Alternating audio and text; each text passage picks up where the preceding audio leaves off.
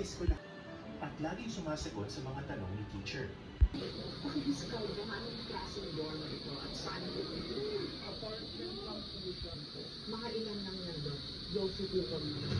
Ito nakatatanda. Kailangan nila sa buhay. Wala ng pangangailangan. Ito pa lang yung pinakamalaki. Kailangan namin pagtuon ng pansin. Wala pong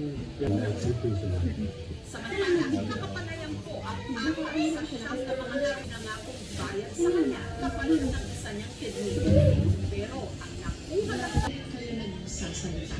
Kasi gusto kong mabigyan ng Hindi rin ito yung imagine kong buhay ko. Ang naramdaman ng emosyon. Daming feelings. Pero naisip ko,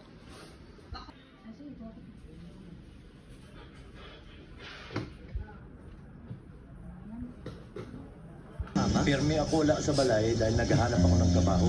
Dili ka mama pa? Isugin mong mama, wala na tatapang pa dun. Ganon lang siya dahil nahirapan din. Ba? Duna to.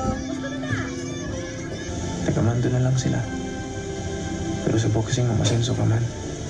Ikaw pa rin ang susuntok. At